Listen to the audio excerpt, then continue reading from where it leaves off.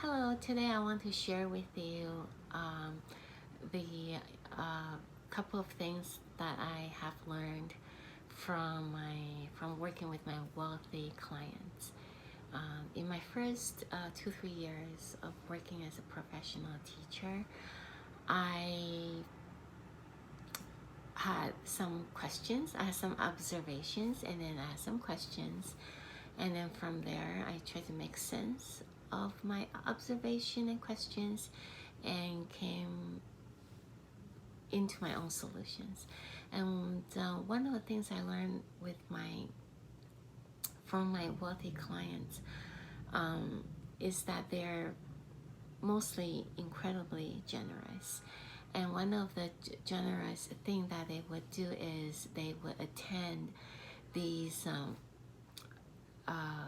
fundraise activities, and usually I had to pay maybe two $500 to like $4,000 per seat, and that money then will go towards the foundation's work.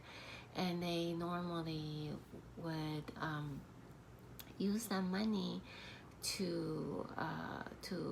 for children who are less privileged. So then I remember feeling like I wish I could have enough money to be donating $2,000. At the time, my monthly expenses, including my own apartment and my food and utilities in Manhattan, was just about that, a little bit less probably. And so I was a little bit envious. I wish I was in a position to be able to be that generous to the children whom I care a lot about. So what happened was that I kept observing the reasons why these wealthy people do what they do, donating the money. I kept thinking how much of that can I donate? If it's not 2,000, can I do $20? You know, when the allowance I had at the time was just 50 cents per meal. So I wasn't sure how I could do what they do. But as I developed a series of conversations like with myself, I realized that that money goes towards children's education, and I'm a teacher, so in essence I could contribute more than what $2,000 can buy. So then I decided then I will be a full-time summer volunteer teacher, and that's what I have been doing since.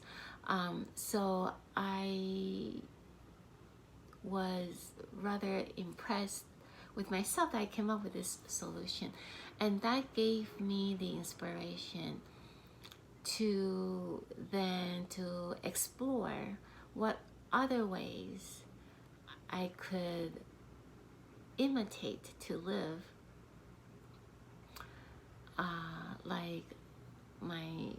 like a wealthy person. So that's one way to do it.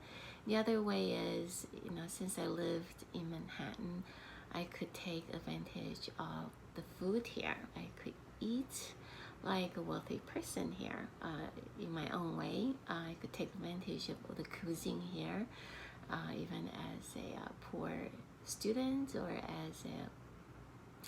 as a young entrepreneur who was just starting out.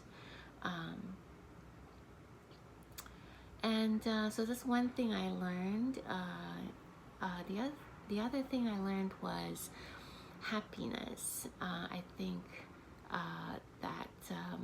or unhappiness. So basically, money doesn't equate automatically to happiness. And I saw that firsthand going into these wealthy families' homes for 7 years, since 1998, 1999. And I learned that, I think when I first went, I was very impressed with how they live, the luxury that they lived in, the cars that they had. They put in a driveway, not a driveway, a parking lot in a private space. They send their kids, multiple kids, to private schools, and they have vacation homes. They go on expensive vacations outside of their vacation homes. So I was really impressed, and some of my clients were famous already. But it's because I went every week consistently, usually between 4 to about 7 years, and they stayed with me for like 10 years. Eventually they came to my office, but in the beginning I was just very impressed with their way of living. It was very new to me, and so what surprised me was that as I would continue to go to their homes, I realized that although they were happy parents, they weren't necessarily happy spouses to each other.